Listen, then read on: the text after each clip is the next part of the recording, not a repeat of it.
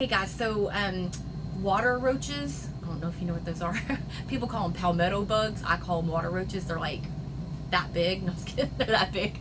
They're very scary and they can get in your boat because they live all in the docks and stuff. So, but here's the thing. We've had this boat, what, 2 years, Sean? 2 years. I've only found one, and this is why. So this is what I use. I got this at Walmart, and I also bought those black little roach traps that come in like a pack of 20. I bought like 40, and you just break them apart and just kind of hide them. So I put them all down in the engine room. I put them all behind the cabinet so you can't see them, and I think that that's helped, but I know that this has helped. We don't have any spiders in our boat. All of our friends around are like, oh God, you have problems with spiders? I'm like, no, because deathly afraid of spiders. So what I do is it says it lasts for 12 months. Dude, I do this like every time I come. No, I probably do it every other month, every 2 months. And so all I do is I clean my floors, I vacuum really good. We also don't leave food out, and we don't live in our boat, but anyway. And I just spray right along the baseboards and the edges, and then all around the door. And then I'll spray up in the cracks of the windows. And I don't spray like my rugs and stuff like that. And I only use this in the inside of the boat. So I'll show you in a little bit what I use on the outside of the boat, which I 100% recommend, and I got it off of Amazon, so stay tuned. Okay guys, so this is what I use on my outside things, all right? I got this off of Amazon. It is like $20 to $25, so I mean, for 24 ounces, it's a little bit expensive, but it's not that expensive when it comes to spiders, okay? So basically, this is something that you can put on tents, sleeping bags. You can put it on your jackets when you camp. Of course, we're not camping, but there are spiders here, and I don't like spiders. It actually gets rid of a whole bunch of stuff. I was going to see if 5. It treats 5 different insects. So mosquitoes and spiders are the 2 that I was concerned about. But I like this because you can spray it on your cushions, so the cloth, and then also, what is this stuff? It's like resin, Sean? Yeah. It's not really wicker, but it looks like wicker. It's like plasticky. I spray it all over that. I spray it on all my cushions, and I even spray it on this one because this is made out of the same kind of stuff. That's all I spray it on. I don't spray it on the canopy top, but you probably could. And then the stuff that I showed you just a second ago that I spray in the inside, I actually do use that underneath all of these cushions that lift up, the big chairs that come up where we have our life jackets and stuff. I do spray underneath those as well, and I've never seen any bugs up here either.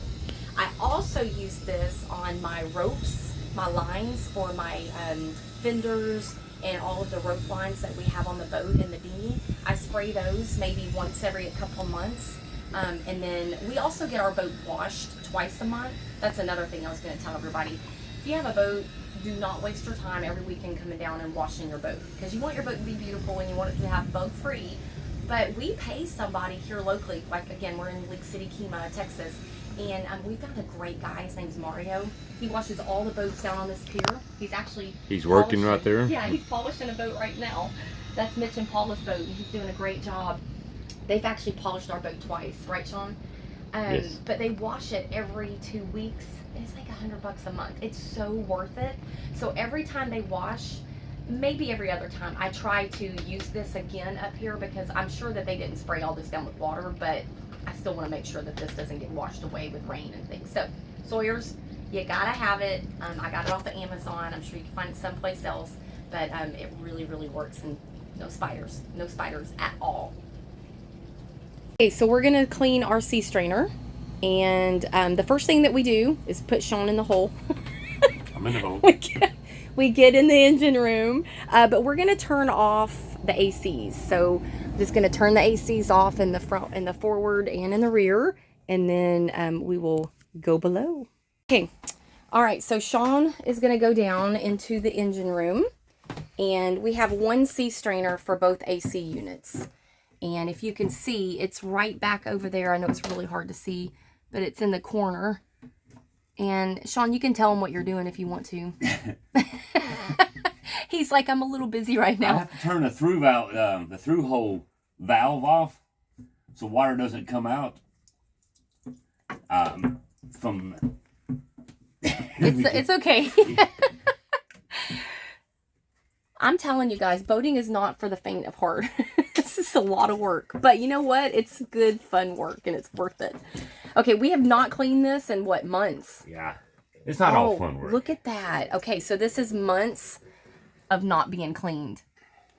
Okay, so we're now in the heat of summer. It's June, and the water is starting to get really dirty here, dirtier than normal for Texas.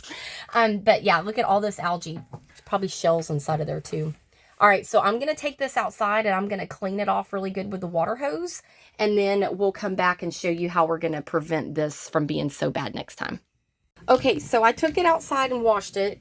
Kind of got a little bit clean, but not much. So what I've done is I've taken my Clorox spray and I have just sprayed this sucker down really good. And I'm going to let it sit to get all that algae off. So we're letting our... Is it not good? Okay. Sorry. What's that? It's the pump. No, it won't turn off. Oh, okay. Okay. Sorry. Okay, so we're letting our sea strainer soak in bleach water because it was pretty bad. But this is what we're going to put inside of the little basket. We're going to put a couple of these. You can get these at your local swimming pool store. You can use Clorox, or excuse me, chlorine tablets. But they say that those are really hard on the lining tubes or whatever those things are called. Those pipes.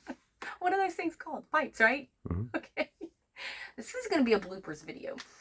But we're going to put these in. These are called brominating, tablets. And these are for spas. So spas have the little pipes that run through with the water, but the chlorine is a little bit too strong for those. So this is a different type of chlorine tablet, I suppose. But you can get these. I want to say we paid maybe $60 for this container at Leslie's Pool. But it's going to last you forever because you're just going to put maybe 1 or 2 of those little tablets. But they're real small. I'll show you the size of them. We have a pool at home, and our swimming pool at home takes the 3-inch tablets. These are little tiny ones. So you can kind of tell how small they are. So we'll put some of those. We're also going to put one of these in our shower. Is that a sump? The shower sump? Yeah, the shower sump. So we'll show you that in a little bit. Just to kind of keep the algae, the gritty stuff from growing inside of that. I guess when we take a shower, our water is dirty. It goes down in there, and then it doesn't all get pumped out sometimes. I guess it's just the way it's made. But we're going to do that as well and see if that kind of keeps that drain pump clean. We do pour a little bit of bleach in there every so often to kind of clean the drains as well. But so we'll show you that too. And we'll show you how clean that basket's going to come with some soaking in some hot Clorox water. Okay, so we're going to take, that's as clean as I could get it, but I mean, it's way better than it was. So we're going to put a couple of the tablets in there and put it back in the little sea strainer hole, close her up, and we're going to check it tomorrow because I think the tablets with the water running through, that's definitely going to help that be cleaner, and I'm thinking it'll clear out what I couldn't get out. But I did use a toothbrush, Sean's toothbrush. I'm kidding. I did use an old toothbrush that I have in here and scrubbed it and then let it soak in some hot bleach water. But we shall see. But that's how you can keep it clean. Keep some airflow going. Okay, so we brought the Jeep down to the boats. And so there's the marina behind me. All of our pretty boats. And in front of me, I'll show South Shore Harbor Convention and Hotel. This is Sean, if y'all never met him. We're going to get lunch, and yeah, so here we go. We brought the Jeep down to the boat, just like the last time you guys saw we had the Jeep down in Florida. Well, now we're back in Texas. So our son, Jordan, and his little girlfriend, Kaylin, they came down for the day, and they are taking our dinghy. They're following us out of the harbor. We're going to go kind of find some place to anchor out and let them play in the water. Have some fun in the sun today, but they wanted to drive the little boat and follow us, and so that's what we're doing.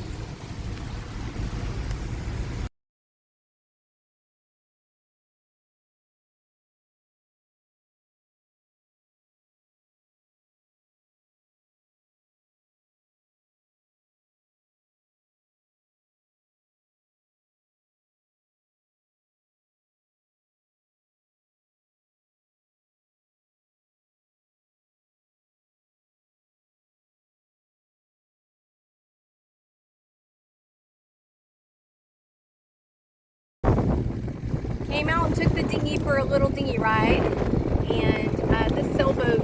It's been here a while. We're not real sure if it's abandoned or what's going on with it. It does have a note on it, so on the way back we're going to stop and see what the note says. But beautiful homes out here on Clear Lake. I know it's super windy. My captain, he's in charge of not only the big boat but also the little boat. So much fun today. It's been a beautiful, beautiful day. Came down a cute little canal. Lots of Clear Lake we've not explored yet, so we're doing that today.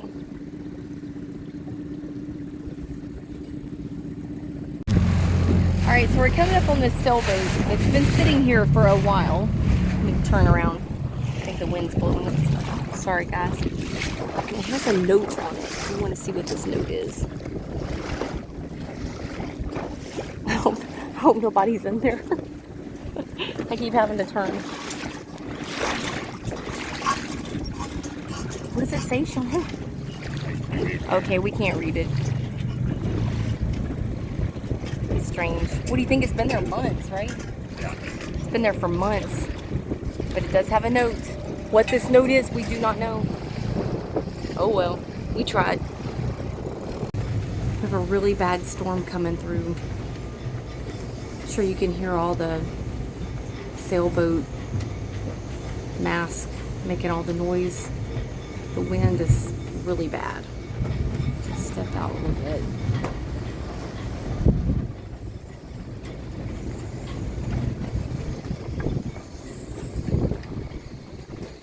Hasn't started raining yet, but I do believe it's coming.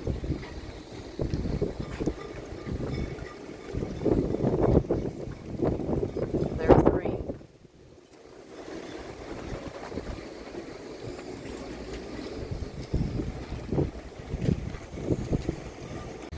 Okay, so we're at the Kemah Boardwalk. We came over this morning for breakfast, and it's a Sunday, it's early, but this place is absolutely beautiful. They do all kinds of concerts right there in the little water park area. There's a hotel up there and restaurants, and it's just really pretty.